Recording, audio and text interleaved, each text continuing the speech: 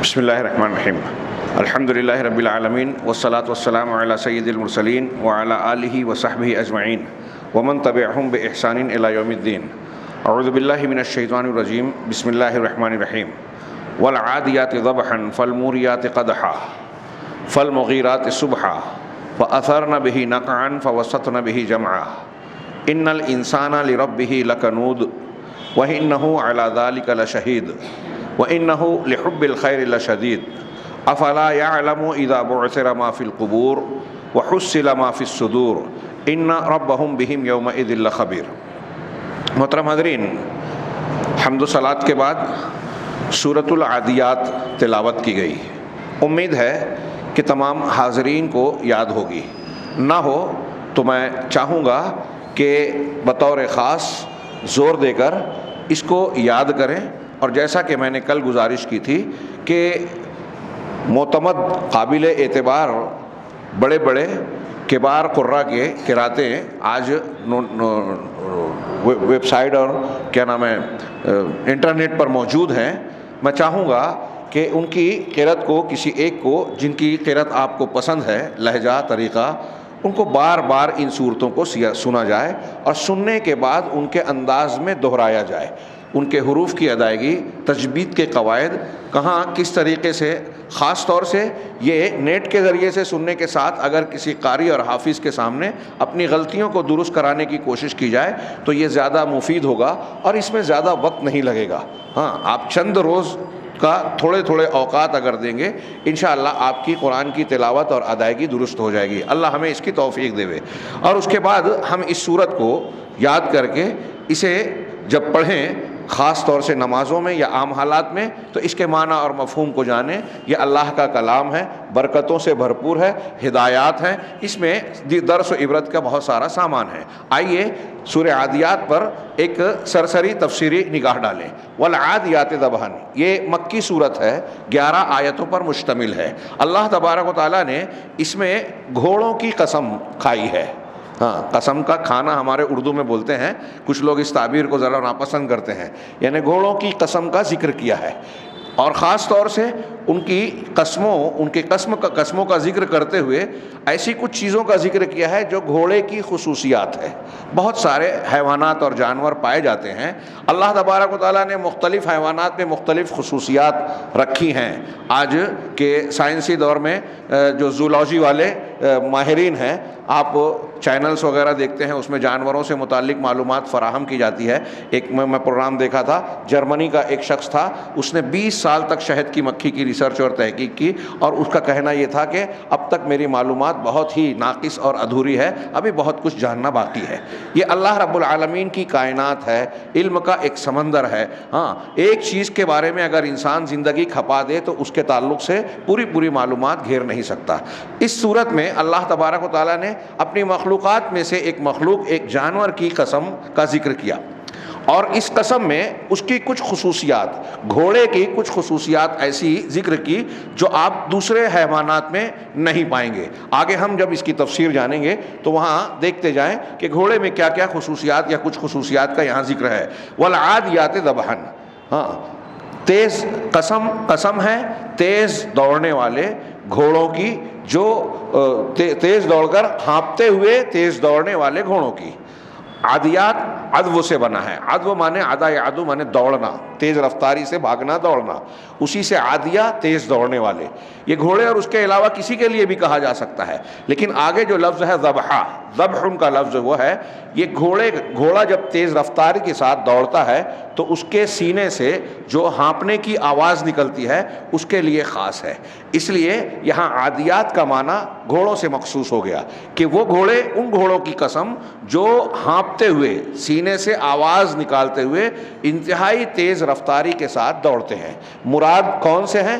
عام طور سے اہل علم کا کہنا ہے کہ اللہ کے راستے میں مجاہدین گھوڑا پالتے تھے اور پھر اللہ کے راستے میں ان پر سوار ہو کے جنگ کے لیے نکلتے تھے. ہاں، تو ان گھوڑوں کی قسم کھائی جو دشمنوں سے مقابلہ کرنے کے لیے سرپٹ دوڑتے ہوئے کود پڑتے ہیں میدان کارزار میں، اور اس معاملے میں اپنے سوار کو لے کر یہ گھوڑے بڑی تیزی سے بھاگتے اور دوڑتے ہیں. فالموریات قدحا، یہ تیزی سے بھاگتے ہیں، پھر اپنے ٹاپس کے ذریعے سے، قسم ہے ان گھوڑوں کی ہاں جو اپنے ٹاپ مار کر چنگاریاں اڑاتے ہیں، چنگاریاں جھاڑتے ہیں، آگ نکالتے ہیں۔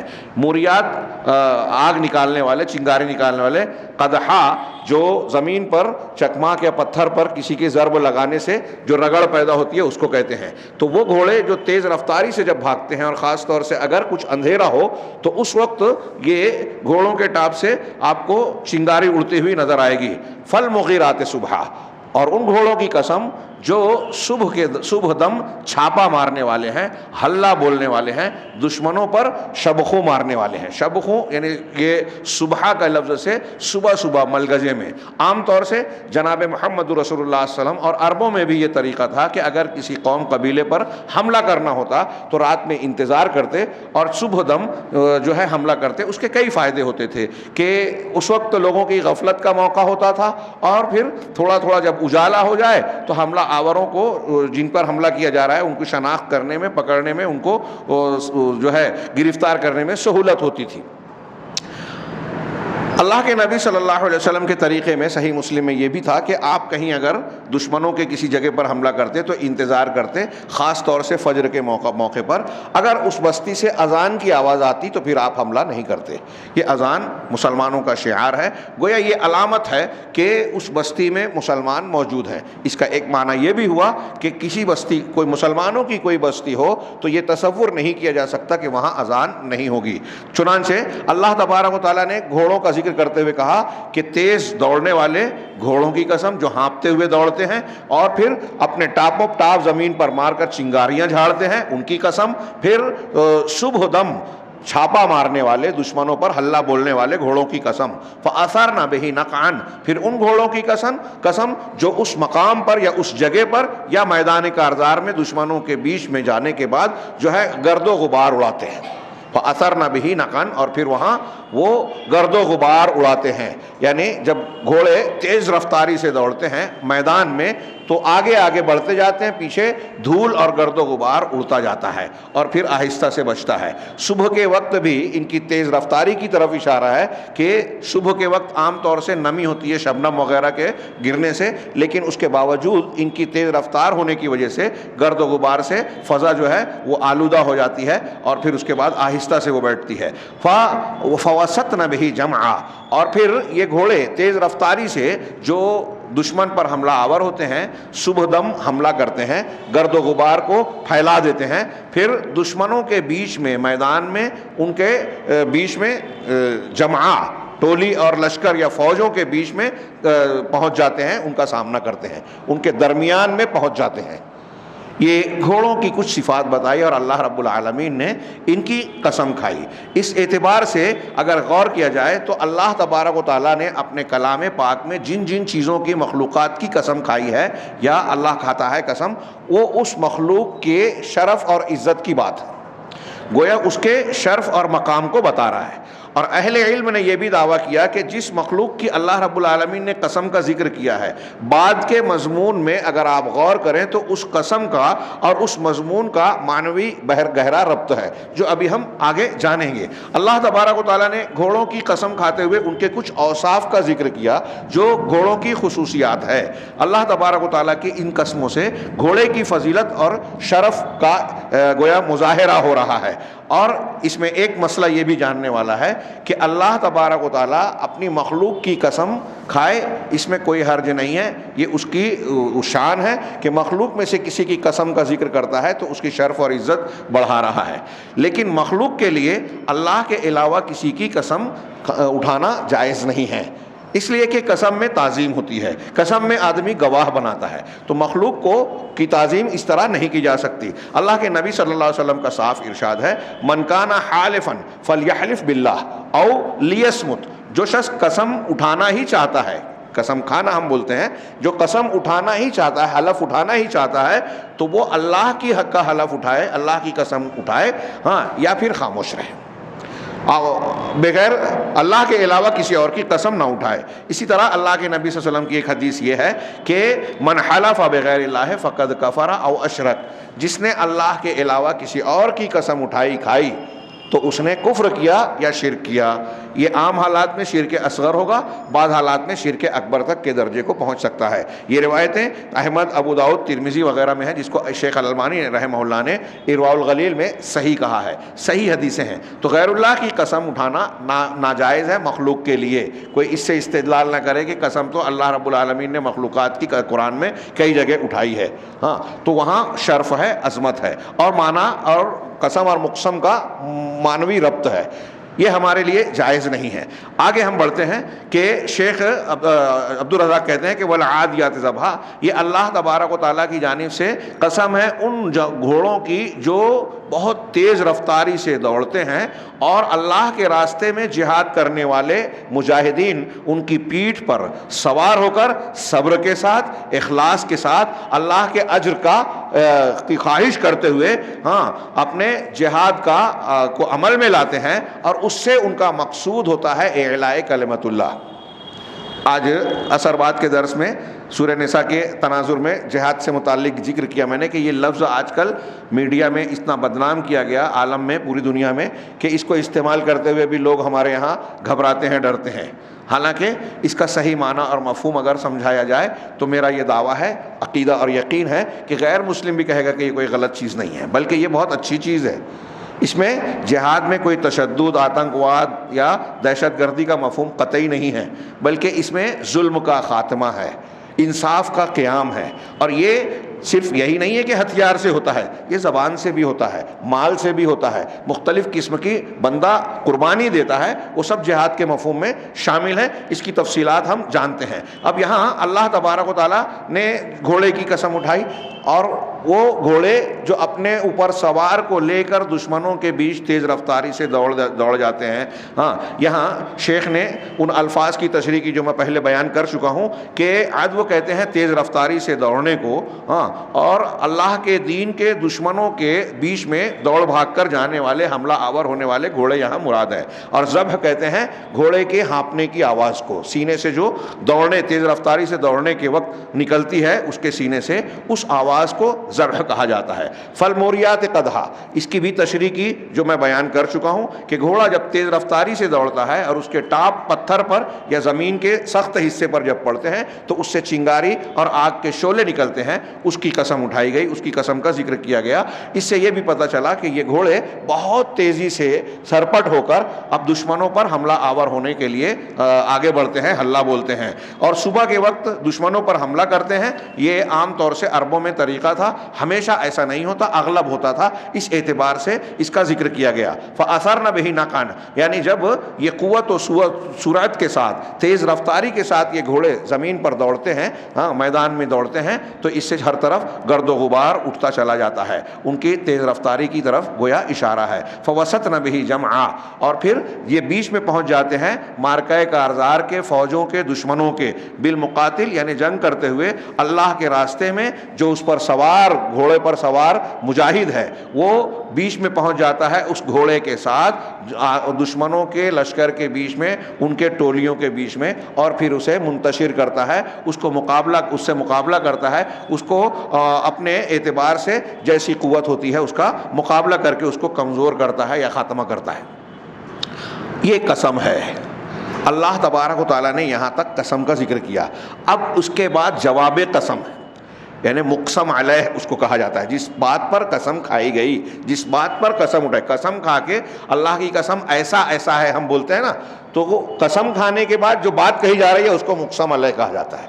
تو اب جو قسم کھائی گئی اس کے بعد جواب میں کس بات پر قسم اٹھائی، فہوا بیان حال الانسان، کہ مقسم علیہ یہ ہے انسان کے حالات کا بیان، کہ ان الانسان لربہ لکنود، یقیناً انسان اپنے پروردگار کا، اپنے مالک کا، اپنے رب کا بہت ہی ناشکرہ ہے. کنود کا، لکنود یا کنود کا ترجمہ عام طور سے آپ اردو میں دیکھیں گے ناشکرہ ہی کرتے ہیں. کچھ لوگ سخت ناشکرہ کرتے ہیں، لیکن اس ناشکرے کے لفظ سے اس کی پوری معنویت ادا نہیں ہوتی. بعض لوگوں نے کہا، عبد الرحمن بن ناصر السعدی کہتے ہیں کہ یہ اللہ تبارک و تعالیٰ نے جو حق اس پر عائد کیا ہے اس حق کو ادا کرنے میں اپنے آپ کو روکنے والا ہے. ایک معنی یہ کیا. شیخ علامہ امام حسن بصری رحمہ اللہ کہتے ہیں کہ کنود اس شخص کو کہتے ہیں الذی یذکر المصائب وینسی النعم، کہ وہ شخص جو مصیبتوں کو یاد رکھتا ہے اور نعمتوں کو بھول جاتا ہے۔ اللہ نے آپ کو اور ہم کو بہت کچھ دیا ہے، تو جو دیا ہے ہم اس کو بھول جاتے ہیں، اور کوئی چیز میں اگر ہم کو پریشانی ہو جائے، محرومی ہو جائے، کہیں ناکامی ہو جائے تو اس کا خوب چرچا اور ذکر کرتے ہیں، ارے مجھ کو یہ نہیں ہو سکا، میں اس سے محروم رہ گیا، لوگوں کے سامنے روتے گاتے ہیں، ناشکری کا اظہار کرتے ہیں۔ ہاں، شیخ کیلانی نے اس کی تشریح کرتے ہوئے کہا کہ اس کے لیے اردو زبان میں کوئی لفظ بہت مناسب ہوگا تو وہ نمک حرام کا بنے گا، کہ ایک شخص مالک کا کسی کا کچھ کھائے اور پھر اس کی شکایت کرے، تو اس کو ہم اردو میں نمک حرامی کہتے ہیں۔ اللہ رب العالمین نے بے شمار احسانات کیے، بندہ اس کا شکر ادا نہیں کرتا، اگر کوئی تکلیف مصیبت آ گئی تو فوراً ناشکری کرنے لگتا ہے، شکوہ شکایت کرنے لگتا ہے، تو اس سے بڑھ کر نمک حرامی کا معاملہ کیا ہوگا؟ تو کہا لکنود کا معنی یہ ہے۔ یہاں شیخ عبدالرزاق نے اس کی تشریح کی کہ کنود اسے کہتے ہیں کہ جو نعمت کا انکار کرنے والا ہے، نعمت کا انکار کرنے والا ہے۔ یہ عموماً انسان کا حال ہوتا ہے، بعض علماء نے کہا کہ یہ ایسا کافر ہوتا ہے، لیکن مسلمانوں میں بھی کچھ نہ کچھ یہ خصلت، صفت اور مزاج پایا جاتا ہے۔ کہہ رہے ہیں کہ یہ عمومی طور سے انسان کے مزاج میں چیز ہوتی ہے کہ اللہ تبارک و تعالیٰ عام انسانوں کو مختلف قسم کی نعمتوں سے نوازتا ہے اور بڑے قسم کے احسانات اس پر کرتا ہے، لیکن وہ اللہ تبارک و تعالیٰ کی ان نعمتوں کا، اس کے فضل و کرم اور احسانات کا انکار کرتا ہے، ناشکری کرتا ہے۔ اتنا ہی نہیں بلکہ اللہ تبارک و تعالیٰ نے اپنے دین کے لیے، بندوں کے لیے، اس کے مال میں اس کے اوپر جو حقوق عائد کیے ہیں کہ اس کا یہ حق ہے، اس کو یہ ادا کرنا ہے، بہن کا حق یہ ہے، بھائی کا حق یہ ہے، پڑوسی کو آپ کو خیال رکھنا ہے، غربا، مساکین، یتیموں کا یہ خیال رکھنا ہے، ان حقوق کو ادا نہیں کرتا بلکہ اپنا ہاتھ روک لیتا ہے، بخیلی برتتا ہے، اللہ کے راستے میں جو کچھ اللہ نے دے رکھا ہے خرچ نہیں کرتا، الا یہ کہ وہ شخص جس کو اللہ تعالیٰ نے محفوظ رکھا اور نجات دی اس خصلت سے۔ اب جواب قسم یہ ہے، اور آگے بھی 2 جملہ آ رہا ہے، آپ غور کیجئے کہ گھوڑوں کا ذکر کر رہا ہے اللہ تعالیٰ کہ ان گھوڑوں کی قسم جو ہانپتے ہوئے تیز رفتاری سے ہلہ بولتے ہیں، اپنے ٹاپوں سے چنگاریاں اڑاتے ہیں، صبح دم دشمنوں پر حملہ کرتے ہیں، گرد و غبار اڑاتے ہیں اور دشمنوں کے بیچ پہنچ جاتے ہیں۔ یہ گھوڑے کی اپنی جنگ ہوتی ہے؟ نہیں، گھوڑا اپنے سوار مالک کی اطاعت میں یہ کام کرتا ہے۔ اس مالک نے اس کے ساتھ کیا کیا؟ اس کو پالا پوسا، تربیت دی، اس کو چارہ کھانا دیتا ہے، پانی دیتا ہے، اس کی دیکھ بھال معمولی سی کرتا ہے، پیدا نہیں کیا، اس کی تھوڑی سی دیکھ بھال کرتا ہے، اس پر احسان کرتا ہے، اور پھر اس گھوڑے کو ٹریننگ جب دے دیا تو اس پہ سوار ہو کے خطرات میں جاتا ہے۔ گھوڑا اس کا اپنا مقصد نہیں ہے، لیکن گھوڑے کی خصوصیت دیکھیے کہ وہ بذات خود دشمنوں کے بیچ اپنے مالک کے ساتھ کود پڑتا ہے۔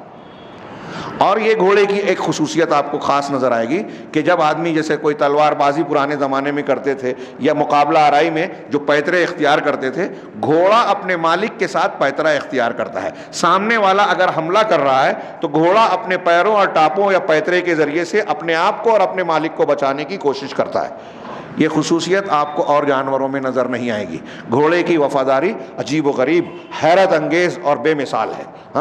اور گھوڑے کے اندر غیرت بھی پائی جاتی ہے اور کچھ خصوصیات پائی جاتی ہے۔ آپ اور ہم جانتے ہیں کہ گھوڑوں کی مختلف نسلیں ہیں، ان میں نسلوں میں بہتر سے بہتر مانے جاتے ہیں۔ جو جتنی اعلیٰ نسل کا ہوتا ہے اس کے اندر اتنی اعلیٰ خصوصیات پائی جاتی ہے۔ یہ وہ لوگ جو جانوروں کا علم رکھتے ہیں، خاص طور سے گھوڑوں کے بارے میں معلومات رکھتے ہیں، وہ جانتے ہیں۔ آپ پڑھتے ہیں عربی میں یا اردو کتابوں میں فرسن عربی، عربی گھوڑا کہہ کے عربوں میں ایسی نسلیں پائی جاتی ہیں جو بہت اعلیٰ قسم کے گھوڑے ہوتے ہیں، اور جتنی اعلیٰ نسل ہوتی ہے اتنی اس کی بڑی قیمت ہوتی ہے اور اس کے اندر ویسی خصوصیات ہوتی ہے۔ بہرحال اللہ تبارک و تعالیٰ نے گھوڑوں کا ذکر کر کے انسان کا حال ذکر کیا کہ انسان کو گھوڑوں سے سبق لینا چاہیے کہ وہ مالک کا ایسا وفادار ہوتا ہے کہ تھوڑے سے احسان کے بدلے میں اس کا اتنا شکر گزار اور قدردان ہوتا ہے کہ اس کے لیے اپنی جان جوخم میں ڈالتا ہے، میدان میں کود پڑتا ہے، پرواہ نہیں کرتا کہ میری جان جائے گی، مال جائے گا۔ اور انسان اللہ تبارک و تعالیٰ کے احسانات میں دبا ہے، اٹا ہے، نیچے سے اوپر، دائیں سے بائیں، زندگی سے پہلے اور مرنے کے بعد تک اللہ تعالیٰ کے سارے احسانات ہیں. ہم سانس لے رہے ہیں اللہ کی ہوا سے, کھانا کھا رہے ہیں اللہ کا دیا ہوا, کپڑا اللہ کا دیا ہوا, رشتے پیون جو کچھ ہے سب اللہ کا. ہماری کوئی ایک چیز بھی اپنی نہیں ہے, سب اللہ کی. ساری چیزیں ہم اللہ رب العالمین کے احسانات پر اگر غور کریں تو ہمیں کتنا وفادار ہونا چاہیے. ہمارا جینا مرنا ہمارا سب کچھ اللہ کے لیے وقف ہونا چاہیے. لیکن اللہ تعالیٰ کے انسان کی حالت یہ ہے کہ ان احسانات کو فراموش کرتا ہے بندہ, نعمتوں کو بھول جاتا ہے. ہاں, ان الانسان لربہ لکنود, اور اس کے حقوق ادا نہیں کرتا. اور دوسرا جملہ کہا وَإِنَّهُ, یعنی یہ انسان ایسا ہے کہ عَلَى ذَلِكَ لَشَهِيدٌ, اس بات پر خود گواہ ہے. اللہ تبارک و تعالیٰ کی نعمتوں کا حق ادا نہیں کرتا, ناشکرا ہے, اس کی نعمتوں کو فراموش کرتا ہے, ہاں, اور مصیبتوں کا ذکر کرتا ہے, رونا روتا رہتا ہے. یہ خود گواہی دیتا ہے. انسان کی حالت دیکھیے, وہ خود اس بات پر گواہ ہے. اپنے آپ کی اپنی حالت سے, زبان قال اور زبان حال سے وہ یہ معترف ہے, اعتراف کرتا ہے کہ وہ ایسا ہی ہے کہ اللہ تعالیٰ کے احسانات کا انکار کر رہا ہے, اس کی احسان فراموشی کر رہا ہے. چنانچہ انسان اپنی اس بری صفت اور مذموم خصلت کے سلسلے میں خود اپنے آپ پر گواہی دینے والا ہے اور اعتراف کرنے والا ہے. اور آگے اللہ نے فرمایا وَإِنَّهُ لِحُبِّ الْخَيْرِ, ہاں, اور یقیناً وہ خیر کی محبت میں, خیر سے مراد مال ہے. ان طرح کا خیر الوصیہ, قرآن میں دوسری جگہ مال کو خیر کہا گیا, یہاں بھی خیر سے مراد مال ہے. کہ انسان جو ہے مال کی محبت میں لشدید, بہت سخت ہے, بڑا حریص, پیٹ بھرتا ہی نہیں. اللہ کے رسول صلی اللہ علیہ وسلم نے فرمایا کہ انسان کو 2 وادی سونا بھر کے مل جائے, 2 وادیاں بھر کے سونا مل جائے, تیسرے کی تمنا کرے گا. ہاں, انسان کا پیٹ مٹی ہی بھر سکتی ہے, یعنی جب تک زندہ ہے نا تمناؤں کا سلسلہ رکے گا نہیں. موت ہوگی جب مٹی اس کے منہ میں ڈال دی جائے گی یا مٹی میں دفن ہو جائے گا, تبھی اس کی تمناؤں کا سلسلہ رکے گا. شیخ نے کہا کہ وہ مال کی محبت میں بہت شدید ہے, یعنی اس کا نفس جو ہے قانے ہوتا ہی نہیں ہے. ہاں, کتنا بھی مال دے دیا جائے بڑی شدید محبت کرتا ہے, اور اگر اس کو ایک وادی بھر کے مال و دولت مل جائے تو دوسری وادی کی وہ تمنا کرے گا. اور یہی محبت ہے جو اس کو ناشکرا بنا رہی ہے. یہی مال کی محبت ہے جو حق حقوق کی ادائیگی میں اس کو رکاوٹ ڈالتی ہے. ایک آدمی اپنے بھائی کا حق مارتا ہے, کیوں؟ اپنی بہن اور بیٹی کا حق نہیں دیتا, کیوں؟ ہاں, حقدار کو حق نہیں دیتا, وراثت میں گڑبڑ کرتا ہے, ہاں, کیوں؟ مال کی محبت میں بے ایمانی کر رہا ہے. آج ہمارے یہاں ہر طرف بے ایمانیاں پھیلی ہوئی ہیں. عجیب و غریب معاملہ ہے. لوگوں نے ساری باتیں, یہ اللہ رب العالمین کا فرمان دیکھیے, ہاں, اس کے باوجود انسان گواہی دے رہا ہے. ہاں, سب کچھ جانتے ہیں. ابھی الیکشن کا موقع آ جائے, کیا صورتحال بنتی ہے ہمارے شہر میں. سارے لوگ جانتے ہیں کہ یہ جائز ہے ناجائز ہے کیا ہے. ہاں, وہاں کوئی فتویٰ پوچھنے نہیں جاتا, جانتے بوجھتے ناجائز پیسوں کی طرف لوگ لپکے اور بھاگے چلے جاتے ہیں, اندھا دھند بھاگتے ہیں. اور حرام کمانے کے لیے لوگ جیسے ایک دوسرے سے مقابلہ آرائی کرتے ہیں, اس کے لیے جواز فراہم کرتے ہیں. ناجائز کو جائز بنانے کے لیے مختلف ہیلے بہانے اختیار کرتے ہیں. جہاں کھلا ہے سود کے لیے اور ناجائز پیسوں کو حلال بنانے کے لیے لوگ آج جیب میں فتوے لے کے گھوم رہے ہیں. مولوی صاحب کے فتوے کو ہم نے لے لیا, اور ناجائز کو جائز بنانے کے لیے طریقے اختیار کرتے ہیں کہ اگر ایسا کر لیا تو یہ حرام حلال ہو جائے گا, ویسا کر لیا تو یہ جائز ہو جائے گا. دنیا کے طریقے ڈھونڈے جاتے ہیں کہ راستے نکالے جائیں جس سے حرام حلال بن جائے. یہ ساری چیزیں جو انسان دوڑ دھوپ کرتا ہے, اچھل کود کر رہا ہے, سب اس کی مال کی محبت, ہرس اور لالچ پر دلالت کرتی ہے. اور یہی ہرس اور لالچ ہی ہے, مال کی محبت ہی ہے جو اللہ تبارک و تعالیٰ کا ناشکرہ اس کو بنا رہی ہے, اللہ کی تقدیر اور فیصلے پر قناعت کرنے والا نہیں بننے دیتی, اور نتیجے میں وہ اللہ کے احکامات اور شریعت کا نافرمان بھرتا ہے. اسے چاہیے کہ گھوڑے سے سبق لے کہ گھوڑا اپنے مالک کا کیسا وفادار ہوتا ہے. ہاں, تھوڑا سا احسان کیا, اللہ رب العالمین نے تو ہم پر بہت سارے احسانات کیے ہیں, لہذا ہمیں پورا کا پورا اپنے آپ کو اللہ اور اس کے دین کے حوالے کر دینا چاہیے. اللہ تبارک و تعالیٰ نے اب اس صورتحال کا, گھوڑے اور انسان کا ذکر کرنے کے بعد نتیجے اور تنبیہ کی بات کی آخر میں سورت کے کہ افلا یعلم اذا بعثر ما فی القبور. اللہ تبارک و تعالیٰ نے اب وہ تنبیہ فرمائی ایسی بات کے ساتھ جس میں کہ انسان ایسی بری اور گندی خصلت سے اپنے آپ کو نکالے, اپنی اصلاح کرے, اور فرمایا کہ افلا یعلم, کیا یہ انسان یہ نہیں جانتا, اس بات سے جاہل ہے, لا علم ہے کہ اذا بعثر ما فی القبور, کہ جب قبروں میں جو کچھ ہے سب کچھ نکال لیا جائے گا. قبر کو کھول کے نکال لیا جائے گا۔ یہاں قبر سے مراد، شیخ کیلانی نے صحیح کہا کہ مراد صرف یہی نہیں ہے کہ قبرستان میں جن کو قبر میں دفن کیا گیا ہے بس وہی لوگ، نہیں، جتنے لوگ مر کے کہیں بھی کسی بھی حالت میں ہیں وہ سب اپنی قبر میں ہیں۔ ایک آدمی کی لاش کو پرندوں نے نوچ کے کھا لیا، ایک آدمی پانی میں ڈوب کے مر گیا اور اس کے اجزاء جو ہے پانی کی زمین کی سطح میں چلے گئے، یا کسی جانور نے کھا لیا، وہ جانور فنا ہو گیا، جو جس شکل میں ہے وہ اس اپنی قبر میں ہے۔ تو اللہ تعالیٰ کہہ رہا ہے اذا بعثر ما فی القبور، یہ مرے ہوئے جتنے لوگ ہیں جس شکل میں ہیں سب کے سب باہر جب نکال لیے جائیں گے۔ وحصل ما فی الصدور، کہہ رہے ہیں یہ آدمی بندے کو اس بات کو خیال رکھنا چاہیے، اس کا علم حاصل کرنا چاہیے، وہ اچھی طریقے سے اپنے ذہن نشین رکھے کہ ہم کتنا بھی کچھ بھی کر لیں آخر مرنا ہے، اور مرنے کے بعد جب قبر میں چلے جائیں گے یا جس شکل میں بھی رہیں اللہ تبارک و تعالی ہمیں دوبارہ سامنے نکالے گا۔ وحصل ما فی الصدور، اور سینے میں جو کچھ بھید ہیں سب بے نقاب ہو جائیں گے، کھل جائیں گے، سامنے آ جائیں گے، کوئی چیز مخفی نہیں رہے گی۔ چنانچہ یہ جو ہم ناشکری کر رہے ہیں، اللہ کی نعمتوں کا انکار کر رہے ہیں، ہیلے بہانے سے اللہ کی شریعتوں کو توڑ رہے ہیں، قوانین کی مخالفت کر رہے ہیں، جو بھی اللہ اور رسول کے دین کی مخالفت کر رہے ہیں، ہم یہ سمجھتے ہیں کہ بڑی چالاکی سے کر رہے ہیں، ہم اندر بہت ساری چیزوں کو، راز کو چھپائے ہوئے ہیں، کوئی چیز چھپی نہیں رہے گی۔ وحصل ما فی الصدور، ہاں، جو انسانوں کے دل میں ہے ساری چیزیں بے نقاب ہو جائے گی۔ اب ہم دنیا میں دین کے مال کے چکر میں آ کے جو اپنے فرائض سے، اللہ نے جس مقصد سے ہم کو دنیا میں پیدا کیا اس سے کٹ گئے، ہٹ گئے، ہاں، کچھ رسم کر کے ہم لوگ سمجھ لیتے ہیں کہ جنت ہم نے چھوڑی نہیں اور پھر دنیا داری میں لگ گئے۔ سب اللہ جانتا ہے کہ ہماری نیت کیا ہے، ہمارا طور طریقہ کیا ہے۔ تو وہ دور آئے گا کہ قبر سے نکال کے ساری چیزیں بے نقاب ہوگی، سینے کے سارے بھید الٹ کر سامنے آ جائیں گے۔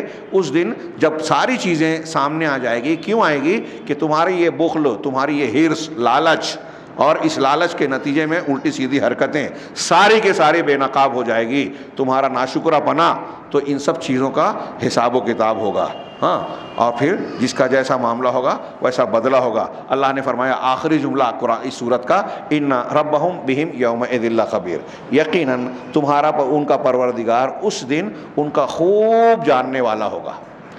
اللہ آج بھی ہماری باتوں کا ظاہر و باطن کو خوب جاننے والا ہے، لیکن اس دن یہ تنبیہ کی جا رہی ہے کہ جیسے آج جانتے ہیں، آپ لوگ یہ سمجھ رہے ہیں کہ بہت دن گزر گیا، مر گئے، ختم ہو گیا، اللہ تبارک و تعالیٰ کے علم سے کوئی چیز باہر نہیں ہے۔ خبیر اللہ تبارک و تعالیٰ کے ناموں میں سے ایک نام ہے جس کا معنی ہوتا ہے کہ وہ ذات جو چھپی ہوئی پوشیدہ باتوں کو، مخفی باتوں کو اور باطنی اشیاء کو بھی اچھی طریقے سے خوب جانتا ہے، ویسے ہی جانتا ہے جیسے ظاہری چیزوں کو جانتا ہے۔ اللہ تبارک و تعالیٰ اس دن کو خوب جاننے والا ہے، انسان کے نفس اور اس کے ظاہر و باطن کو، یعنی جب جانتا ہے تو اس میں تنبیہ ہے، دھمکی ہے کہ جب اللہ سب کچھ جانتا ہے تو اس کا بدلہ دے گا، چھوڑے گا نہیں۔ اللہ تعالیٰ سے دعا ہے کہ وہ ہمیں قرآن سمجھنے اور اس پر عمل کرنے کی توفیق دے اور قرآنی ہدایات کے مطابق صحیح انسان بننے کی توفیق دے۔ وآخر دعوانا ان الحمد للہ رب العالمین، صلی اللہ علیہ وسلم۔